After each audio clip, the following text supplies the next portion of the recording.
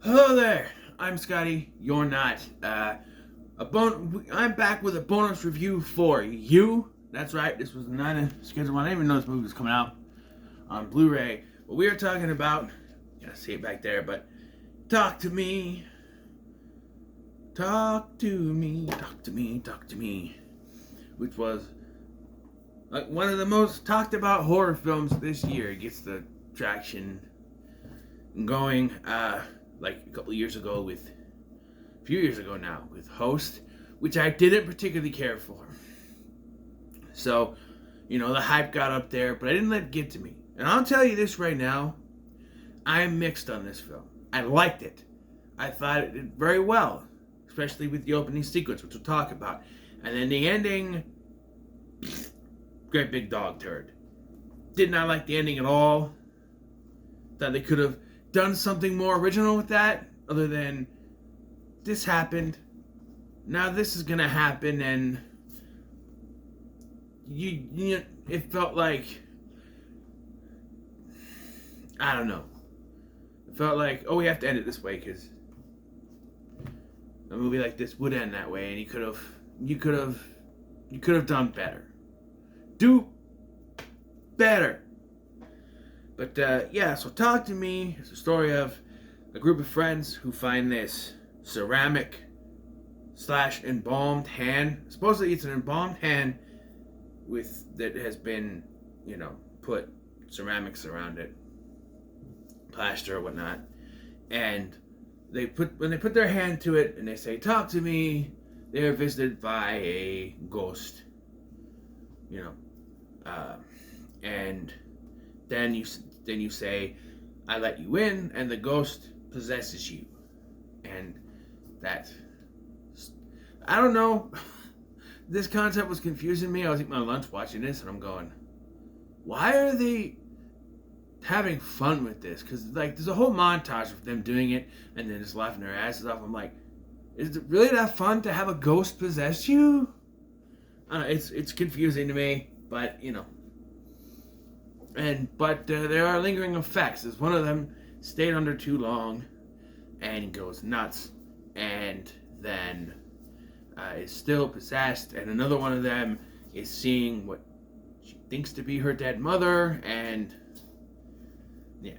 So I did have my issues with this movie overall, but I thought it was well done, especially for first-time directors. You hear that a lot. I thought it was well done. I feel like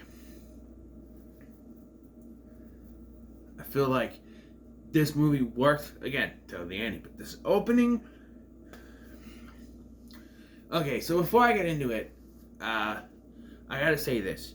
They've already filmed a prequel based on this opening, and after, I heard about it beforehand. After seeing this opening, I'm like, yes, I need to know more about this. Now, you know me, I'm not a fan of prequels, but I need to know more about what happened here. I need to know more about this, and this is A24, who also gave us, Pearl and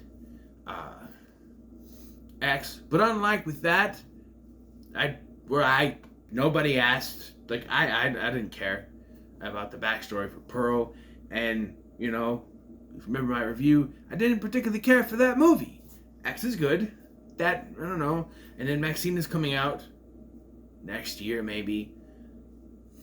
I'll watch it, but I don't know. I don't have high hopes for it after Pearl, for me personally.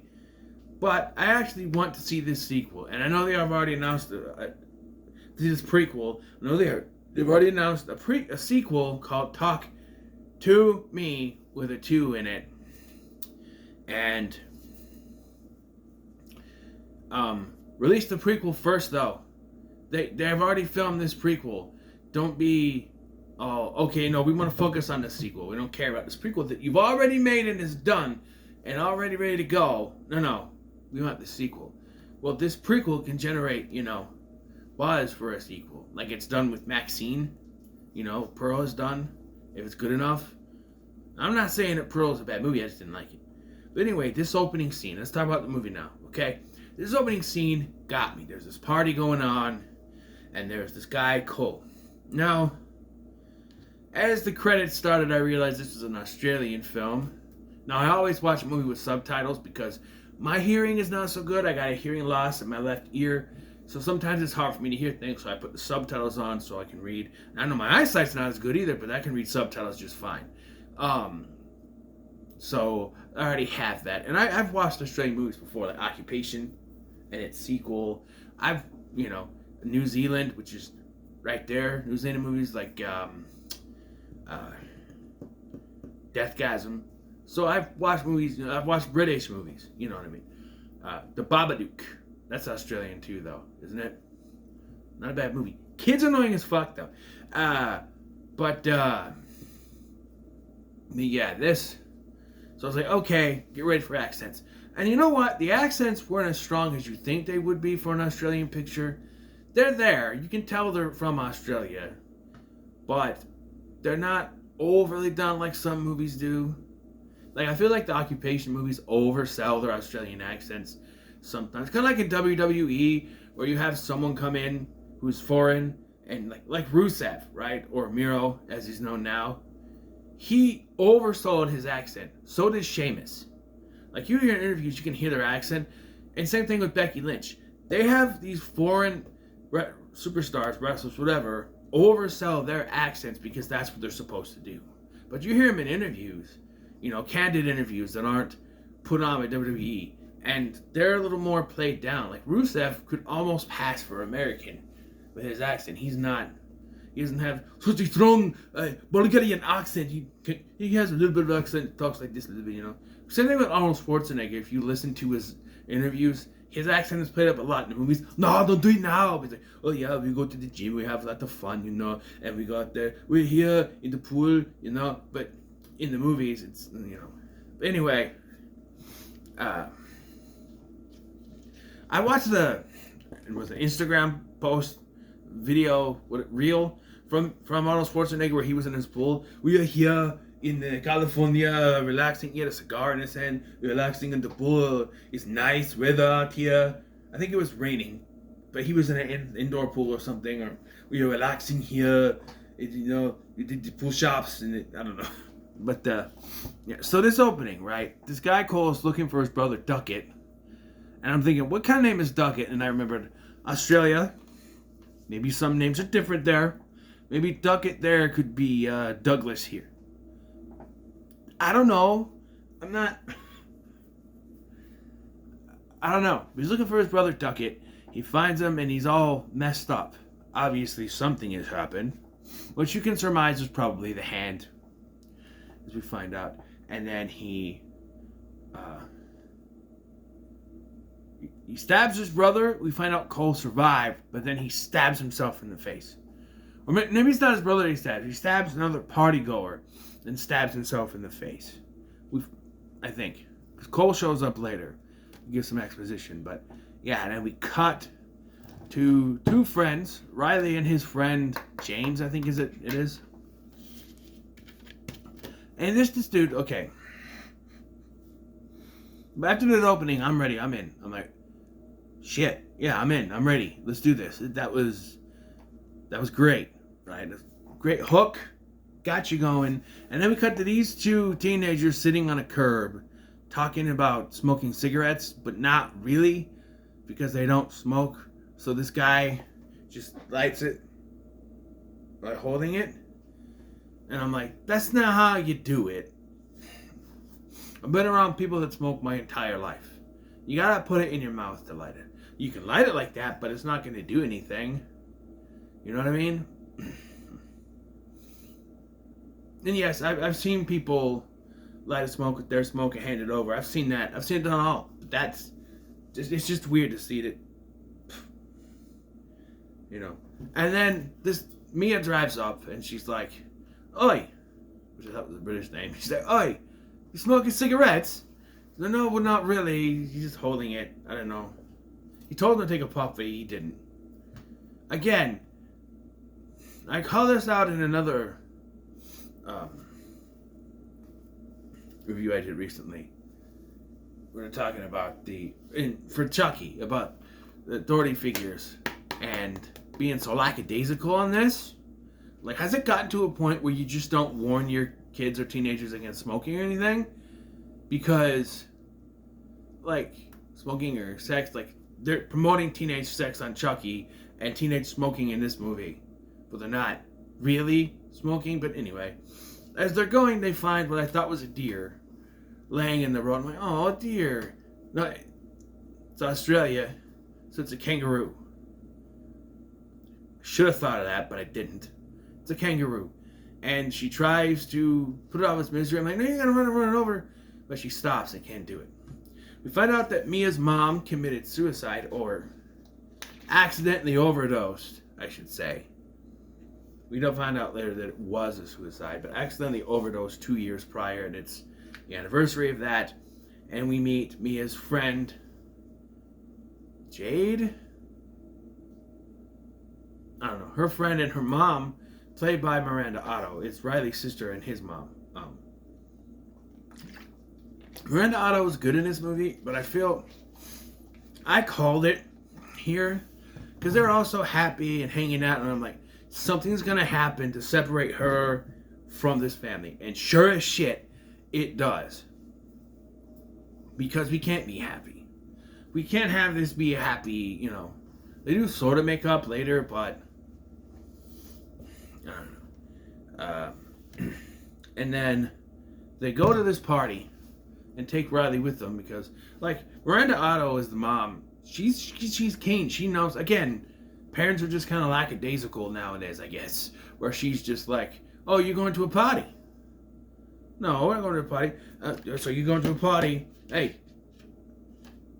don't do any bloody drugs, okay?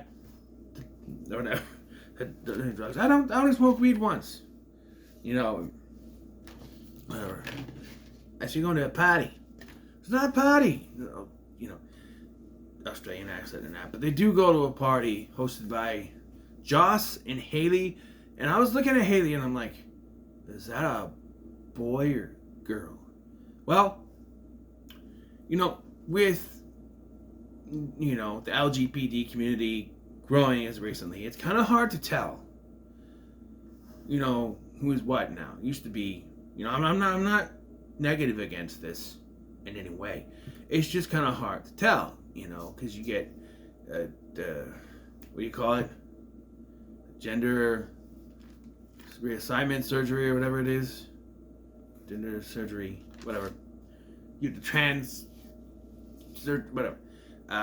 The actor is non-binary and is playing a girl, I think, but has played a boy in the past. So I guess they could play either thing or non-binary, much like the character from Evil Dead Rise, who was non-binary but was playing a boy. But yeah, but that's fine. And they bring out the hand, and they're all going around. Well, no, it starts with Mia does it, and then that's it. And then they bring it to Mia's friend's house. I can't think what it is. Just hand it back. Group of friends. Lovely. By the way, this is directed by filmmakers Danny and Michael Philippou, the twins. Philippou. No. But, and again, when they have this party at Miranda Otto's house, I'm just gonna call it Jade. If I'm wrong with the name, that's fine. I can't remember her name at all. But at Jade's house, and they have this whole thing. This is where we get the montage, and then Riley wants to do it. They won't let him. They say no, and Jade's boyfriend, who used to be, and then this made me roll my eyes, because Jade has a boyfriend who used to be Mia's boyfriend, and I'm like, oh, we're gonna do this cliche where, oh, he's my boyfriend now, but you did something with him. You did something with him. He's your ex-boyfriend. You stopped feelings for him. You're fucking him. They're gonna do that, and they do that. They do that.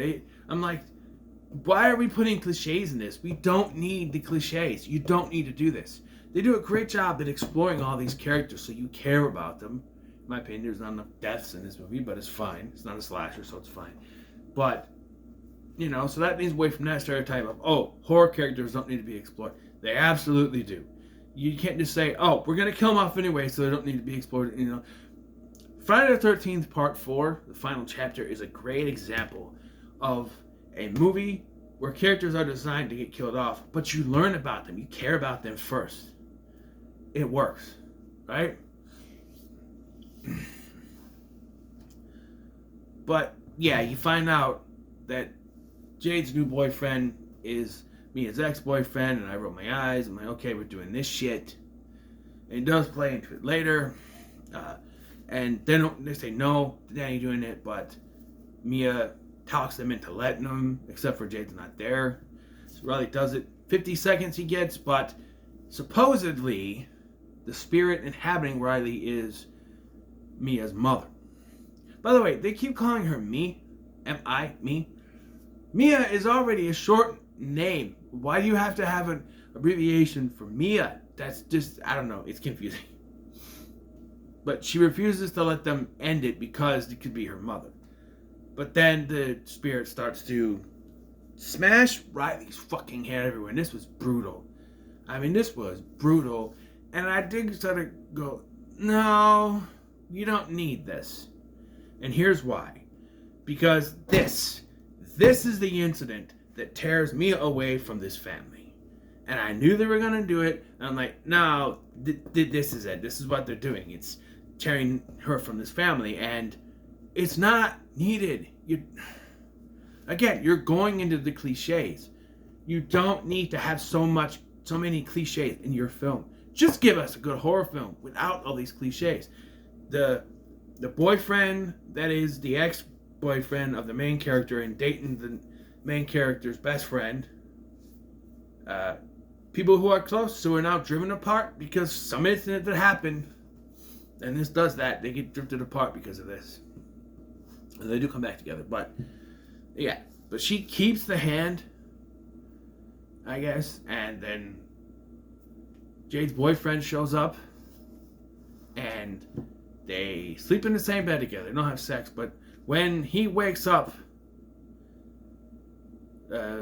she's got his foot in her mouth. Which is weird. She is seeing the ghost doing it. But then when he wakes up, it's her doing it. And she's like, the ghost, it had your foot in its mouth. You had your foot in my mouth. You had my foot in your mouth, or something like that. And freaks out. And then later when they're discussing it, she's like, and I knew this was going to come. He's like, when I woke up, my foot was in her mouth. What do you mean woke up? You sleep with my boyfriend? I'm like, yeah, literally she slept with your boyfriend. They were literally just sleeping on the same bed. That is literally what happened. Well, it's not like that. Of course it's not like that. But of course, we gotta play the cliche. So, there's this whole mystery around Mia's mom's death. Did she do it on purpose? Was it an accident? And so her dad, Max, well, I forgot to mention the scene where Jade's boyfriend does the hand thing and gets all freaky, moaning, and then makes out with the dog until I don't know, it's a weird scene. I don't know why it's in there. Get to laugh, but why? I don't know. But anyway, so he reads out this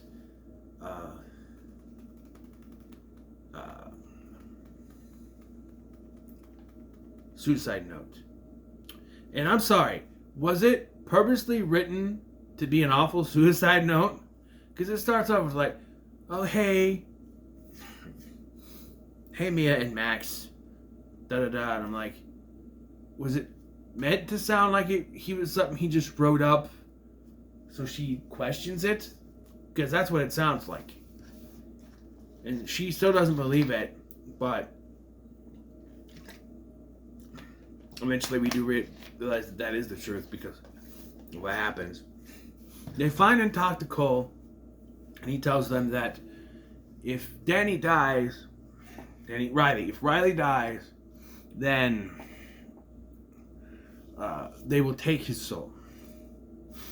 Which makes it all more confusing when she speaks to the spirit. The spirit says, you have to free him. You have to kill him so that he will be freed. And I'm like, no. We just found out that if he dies, so like I said it a few times, if you die while possessed, they take your soul. So why does she think? I don't know. She takes him to the fucking freeway, throw him into traffic, and I went, "What are we doing? Well, what really? You couldn't have her slit his throat or something? To shoot him? No, throw him into traffic. Okay, and this becomes the ending of what's it called? Hold on, I have it right over here. I'll actually bring it over. Actually, before I fall,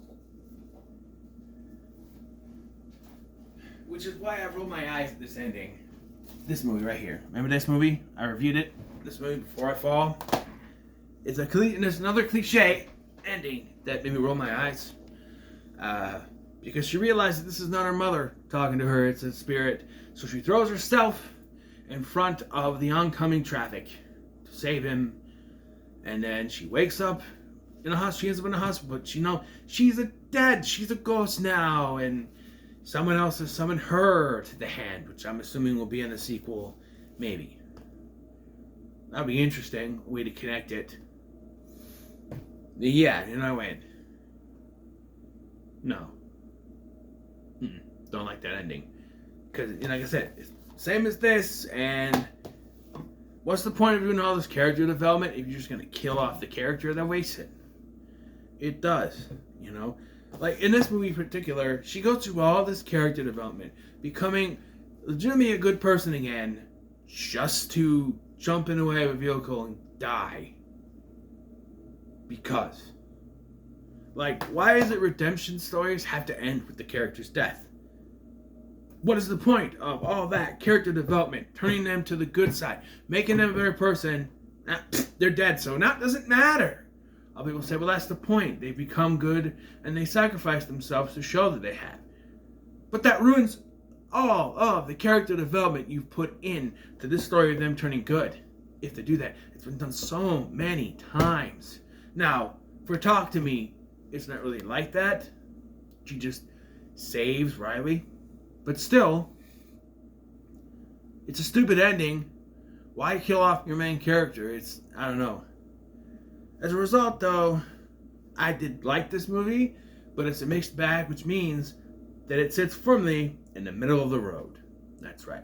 So, what are your thoughts on Talk to Me? Leave me no comments below. Make sure to like, share, and subscribe. Thanks for watching. I've been Scotty, and I'll see you in the next one.